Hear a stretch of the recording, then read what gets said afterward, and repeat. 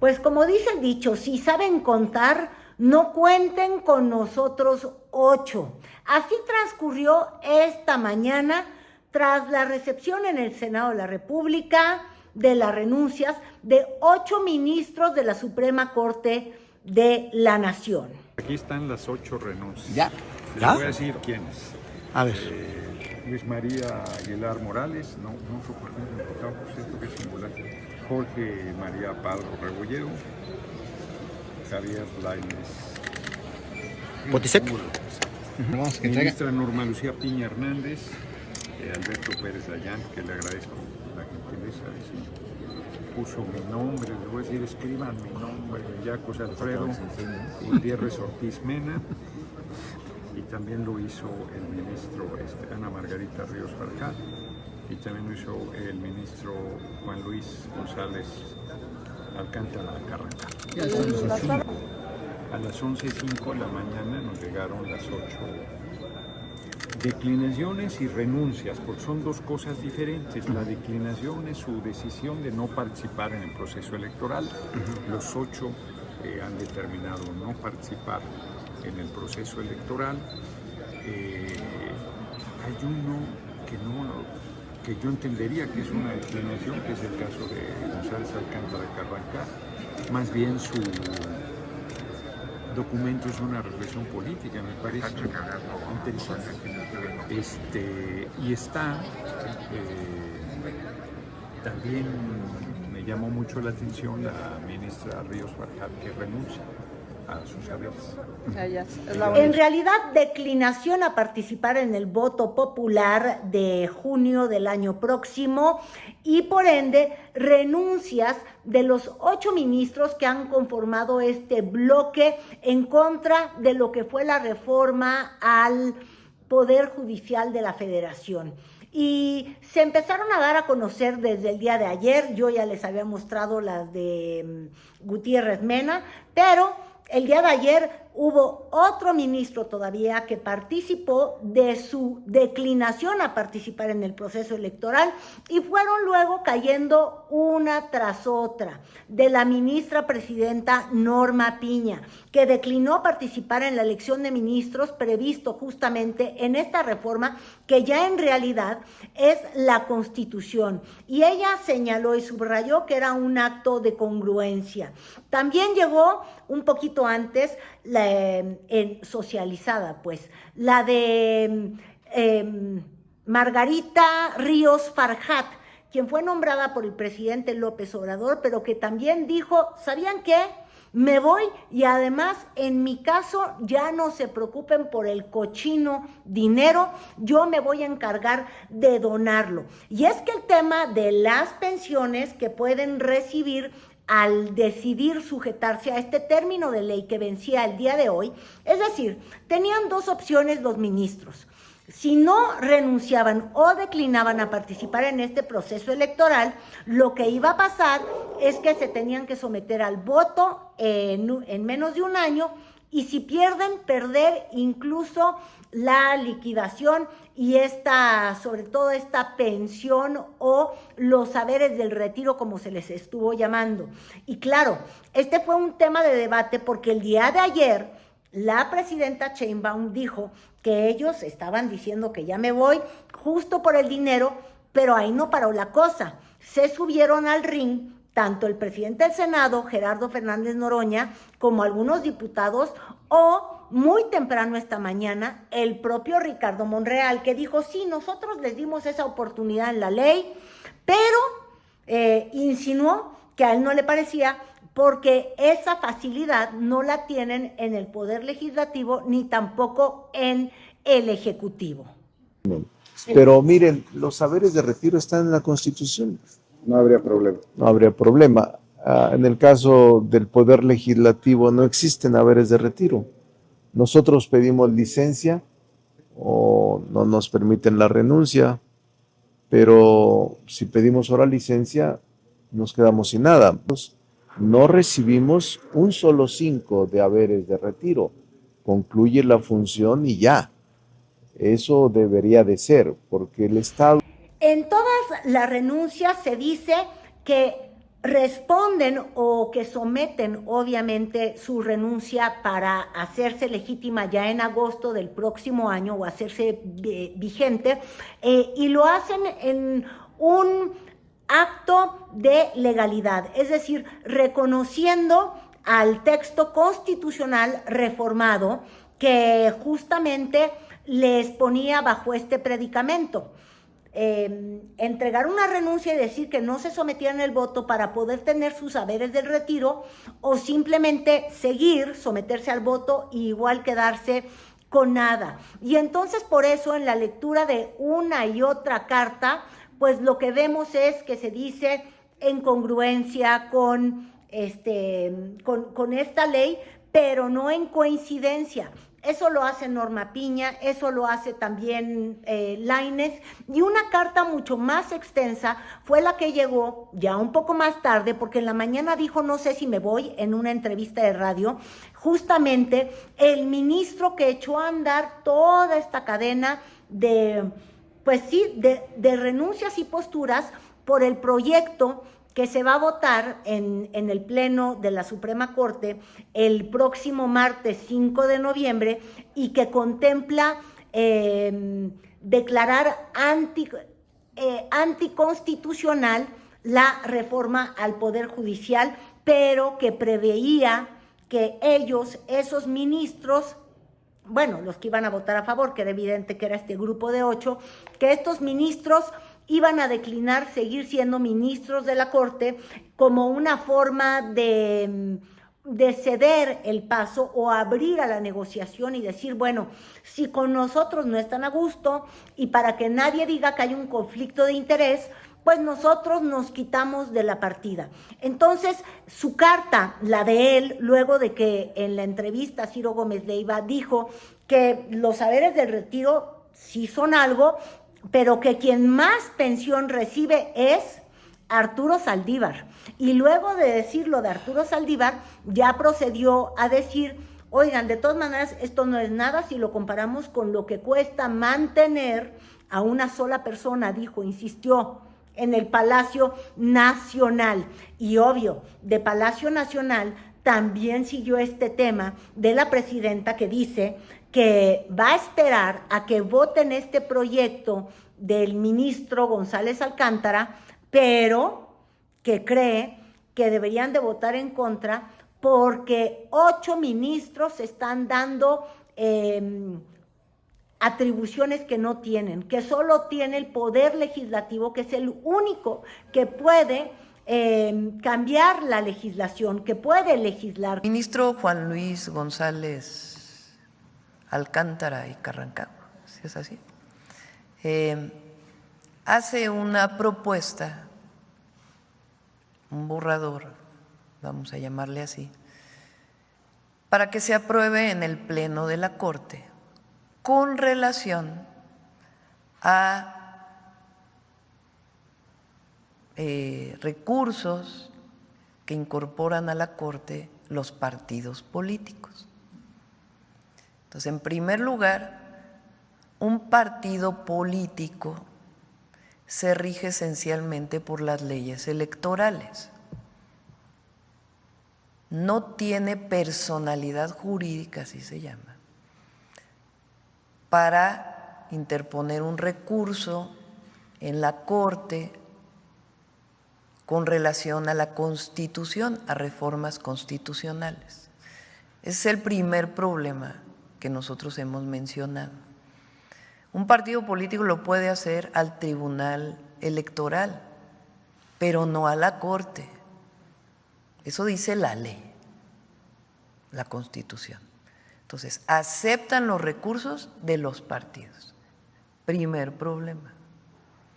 Ahora, ¿qué dice? ¿Cuál es la propuesta que hace este ministro? Dice, de la reforma al Poder Judicial, que ya fue aprobada, porque no reconoce que haya problemas en la aprobación, en el procedimiento. Dice que estuvo bien el procedimiento. Dice, de esa reforma que se aprobó, les sugerimos lo siguiente, que se elijan por voto popular a las y los ministros, pero no a los magistrados y a los jueces. Y sobre eso ponemos la renuncia los 8 ministros y ministras. ¿Una especie de moneda de cambio? No lo voy a calificar. Les estoy dando lo que dice y es importante que se lea. Entonces, ese es, digamos, el marco en el que se da. ¿Cuál es el planteamiento que no hace la presidenta, sino la Constitución? A ver, pongan el artículo 135 de la Constitución. La Constitución dice que los únicos que pueden reformar la Constitución son la mayoría calificada de la Cámara de Diputados, la mayoría calificada del Senado y la mayoría de los congresos a través de un procedimiento. En ningún lugar la Constitución dice: la Corte puede legislar sobre las reformas constitucionales. Entonces, por eso el día de ayer yo planteé más allá del monto del haber de retiro, a ver si estos 8 ministros y ministras están dispuestos a violar el artículo 135 de la Constitución.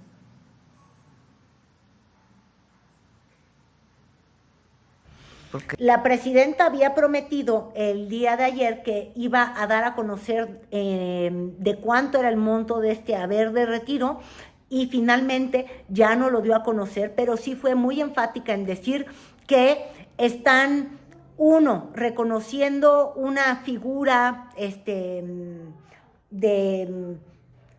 le están reconociendo un derecho para tomar una queja de partidos políticos, cuando eso solamente podría ser facultad del Tribunal Federal Electoral, y por el otro lado el hecho de que se esté arrogando una atribución de legislar cuando no la tienen. Porque dicen que la presidenta es una autoritaria, que es antidemocrática, que nosotros lo único que estamos haciendo es cumplir con la Constitución.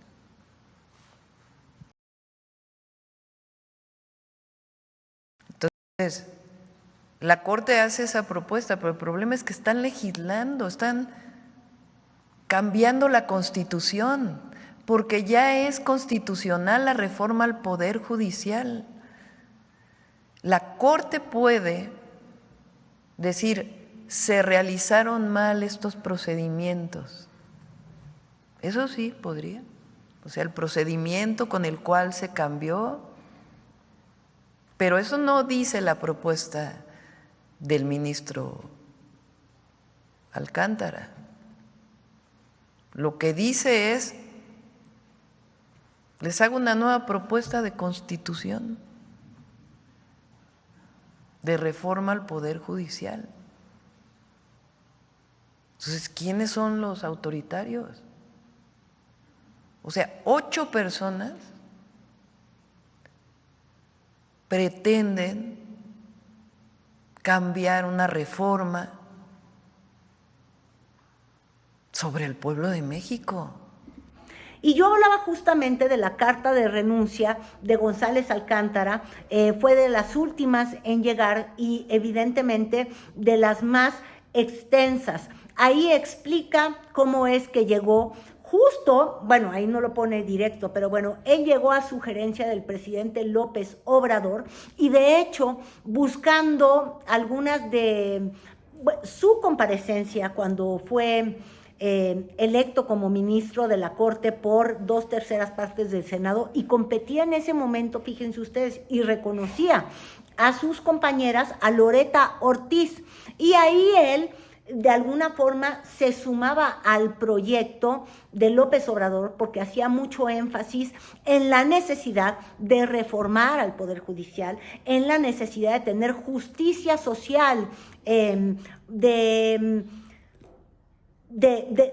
responder de forma más humana en los casos que veía la Corte y sin darle la espalda pues a las personas más desfavorecidas económicamente y en un país con mucha desigualdad.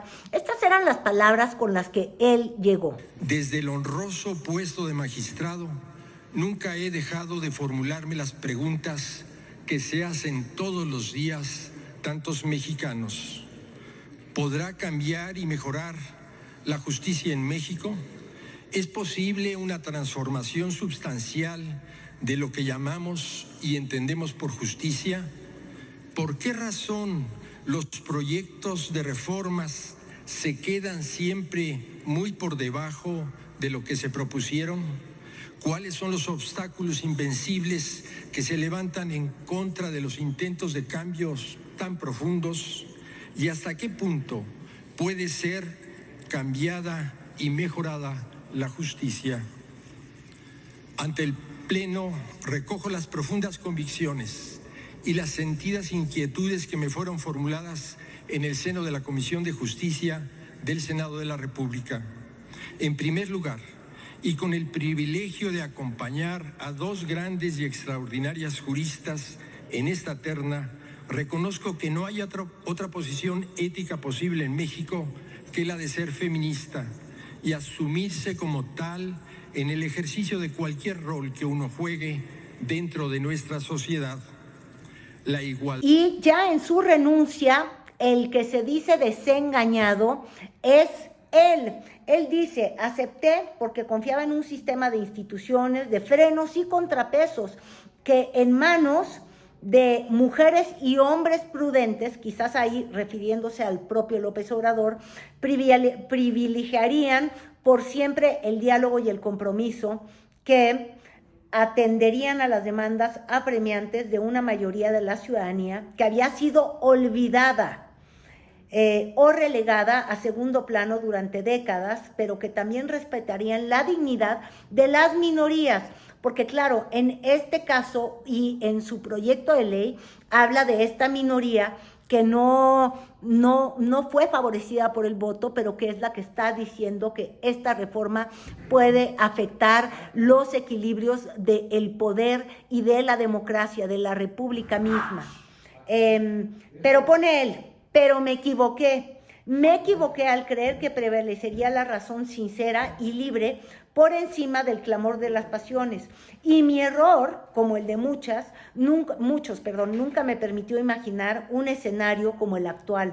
Aunque tengo la fortuna de continuar ejerciendo el encargo que ha sido para mí un honor desempeñar y en el que he tratado de servir al máximo de mis capacidades para continuar con él, hoy se me pretende someter a una contienda electoral masiva e incierta. No participaré en esta campaña porque la considero antiética a mi labor, a mi vocación y a la promesa que hice hace casi 6 años al tomar protesta. No participaré en un proceso en donde me vea orillado a realizar promesas que no podré cumplir en buena conciencia, que implican una renuncia a mi promesa de ejercer el cargo de juez con imparcialidad y mesura, mirando únicamente a la Constitución, a los hechos del caso y no a los clamores de las mayorías. Es decir, no cree en el voto popular como la mejor forma de acceso a ser ministro de la Corte, aunque cuando lo postularon para el encargo, sí decidió tomar posturas y hacerlo ante otro cuerpo que es el legislativo, el Senado de la República, que también pues tiene una mayoría porque fue votado de forma mayoritaria. Pero bueno, con esto es con lo que estábamos justamente iniciando la mañana y después de las palabras de Ricardo Monreal y del propio Fernández Noroña, llegó justamente esta insistencia de decir que lo que tenía que importarnos a los ciudadanos es los haberes del retiro. Entonces, efectivamente, ellos reconocen que la Constitución vigente, si presentan hoy su renuncia más tardar, les da un retiro con todos sus haberes. Esa parte de la Constitución les gusta mucho. Miren qué simpático eso. Y de los 11 ministros ya solamente quedan 3, que serían Yasmín Esquivel, quien sí ha sido muy activa en entrevistas, en externar que ella quiere ser favorecida por el voto. Loreta Ortiz, bueno, Yasmín Esquivel hay que recordar que es la ministra que llegó con tremendo cuestionamiento por el tema de su título, por las acusaciones que tuvo respecto a un posible plagio y a que se amparó para que la universidad, la UNAM, no diera a conocer, pues, si estaba titulada o no, o quién fue el primero en hacer la tesis, ella o el que dicen que la había postulado antes. Ella. Por el otro lado, Loreta Ortiz, que como les digo, ya había sido propuesta en varias ternas desde el inicio del sexenio del presidente López Obrador y que además también de manera abierta siempre defendió la reforma al Poder Judicial y también fue parte de Morena y se sumó a varias de las protestas, pero no las antirreformas, sino las pro-reforma. Y por última, Lenia Batres, quien también ha sido muy activa en apoyar la reforma al Poder Judicial y en compartir en redes y en distintos lugares las visiones de jueces que sí se quieren someter al voto popular. Ahora, los que han sido mucho más activos son los que se oponen a este plazo o a esta renuncia o a no voy a contender. Y hoy justamente en la mañanera que están haciendo los ministros, por su parte, una hora después que Claudia Sheinbaum, una de las voceras de esta conferencia decía, miren, si me desencajo es porque sí estoy muy enojada, porque en realidad no es como que nos dejen decidir, nadie nos queríamos ir. Las juzgadoras realmente querríamos la libertad para decidir lo que se dice que estamos decidiendo con libertad. No se puede decidir con libertad abandonar el trabajo de toda una vida. Eso es falso, refalso y recontra falso. Queremos seguir trabajando, como les decía, queremos seguir aportando nuestros conocimientos, queremos, y eso también lo hemos dicho, darle a la gente justicia de calidad e independiente. Queremos una justicia cercana al pueblo, nos importa la gente, siempre nos ha importado la gente, pero lo que queremos, lo que querríamos es una justicia alejada del poder político o del poder o de los poderes públicos. Y bueno, esto es por lo que se refiere a la carrera judicial y las declinaciones. Y si notan alguna pasión en mi voz, voy a reconocerlo, estoy muy enojada. Me parece que es profundamente injusto lo que está pasando a muchos niveles. Porque en realidad mucha atención se ha dado evidentemente a las cartas que dieron a conocer los 8 ministros que dicen que no van a continuar siendo ministros de la Corte a partir de agosto del 2025, pero estamos hablando de un plazo que también tenían que cumplir jueces y ministros, más de 1,000 cargos, 1,600 más o menos. Y ya desde ayer en redes sociales algunos empezaban a compartir sus renuncias y decían, pues pierden a una jueza, pero van a ganar una activista que va a ser explosiva. Lo decía esta juez, si bien estoy, de Puebla. Sea que me encuentren, yo les dije a mi gente, no sé si sea más terrible como activista. México pierde una jueza federal, pero hoy gana una activista y no sé dónde más seré más terrible. Así que, ¡viva México, señores! ¡Viva! ¡Viva México! ¡Viva! ¡No está sola! ¡No está sola! Y el tema de los saberes, que en el fondo es, bueno, pues ya no te están dando la oportunidad de quedarte, y pues si alguien te está diciendo, no sé, vamos a verlo desde otra perspectiva para no demonizar necesariamente a todas las personas que decidieron que no se quieren someter al voto popular, porque también implica uno enfrentar a postulaciones que van a ir con el respaldo, evidentemente, ya sea de la presidencia, del comité técnico de la presidencia. Van a ser nombres que van a decir, esta es la propuesta de Claudia Sheinbaum, y posiblemente dicen, pues tengo todas las de perder, o esta la valida y la convalida Adán Augusto López. Digo, pues ¿sabías qué? La mayoría sí la tiene Morena, y puedes perder al no quedarte reelecto, pues con tu trabajo, que yo sí creo evidentemente en los derechos laborales. Oye, quien trabajó tantos años en un lugar, si no le van a permitir seguir en ese cargo, pues lo liquidas. Y finalmente es lo que dice textual la ley, la Constitución, ni siquiera la ley, la Constitución, como lo redactó Morena, para darle salida con derechos, como ha insistido la presidenta de la República, a todos los que no quieren someterse a esta nueva forma de acceder a el trabajo en las cortes, ser magistrado o ser juez o ser ministro. Entonces, pero el tema se puso candente, porque entonces, por un lado, los mismos diputados, los mismos legisladores, que son los que pusieron eso en la ley, pues empezaron a decirles, pues no sé, vulgares, ¿cómo era? Ambiciosos vulgares, y de plano hasta con palabras terribles, exageradas, groseras.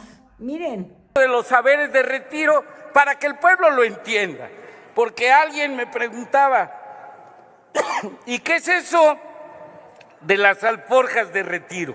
Hoy la presidenta decía, mucho dinero. Bueno, decir mucho allá en Veracruz es un chingo de dinero. Bueno, y renunciantes y no renunciantes, 8 y 3, van a tener que discutir el próximo martes 5 de noviembre, pues justamente el proyecto del juez González Alcántara, del ministro, perdón, González Alcántara, que ya ha sido descalificado desde las filas de las 4T, pero que para quienes están en contra de la reforma judicial, ya empiezan a decir, por un lado, que si desacata esa decisión, por ejemplo, la presidenta, pues que a ella y a los legisladores los pueden ir a citar y casi que meter a la cárcel, decía José Ramón Cosío en varios espacios de información esta mañana.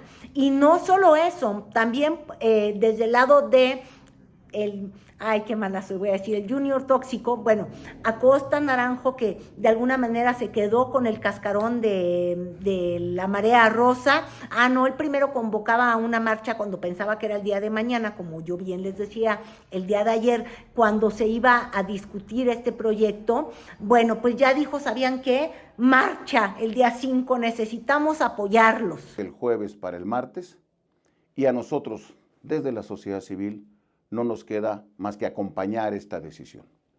Estoy seguro que los ministros de la Corte tomaron esta decisión para cuidar el mayor y mejor proceso judicial y que sus resoluciones queden blindadas en su decisión que finalmente tomarán. Confiemos en la Corte, por algo lo hacen, han actuado con mucha sobriedad, con mucha dignidad y con mucha valentía. Así que, en consulta con organizaciones de sindicalistas, de jueces y de magistrados, hemos acordado que la movilización que habíamos convocado inicialmente para este jueves, también la trasladaremos de manera unitaria para el próximo martes 5 de noviembre. O sea que estamos ante otro ante otro plazo fatal. Si hoy fue miércoles de plaza, es decir, abandona la plaza o te vas al voto, bueno, el próximo jueves es el otro plazo, que es cuando los jueces, los ministros, perdón, insisto, cuando los ministros decidan si se suman al proyecto del ministro González Alcántara, y entonces ahí sí, pues se entre al menos en un conflicto entre dos poderes. El legislativo, que dice yo soy el que pudo cambiar la Carta Magna, solamente nosotros, elegidos directamente por voto popular, somos los responsables y facultados para moverle a la Constitución y a las leyes primarias, secundarias, terciarias y todas las que ustedes quieran, reglamentos incluso. Y por el otro lado, pues este dique de la Suprema Corte que diría, o estas 8 personas que dirían, es anticonstitucional, y todo mezclado con el contexto del debate que mañana vamos a platicar detenidamente, que ya terminó hasta en comparaciones con el partido nazi, del PAN, que acusa a los de Morena de ser como el partido nazi, que tiene que ver con la reforma de la supremacía constitucional con la que se quiere blindar justamente la 4T frente a cualquier decisión que llegue el jueves, porque eso se aprueba hoy.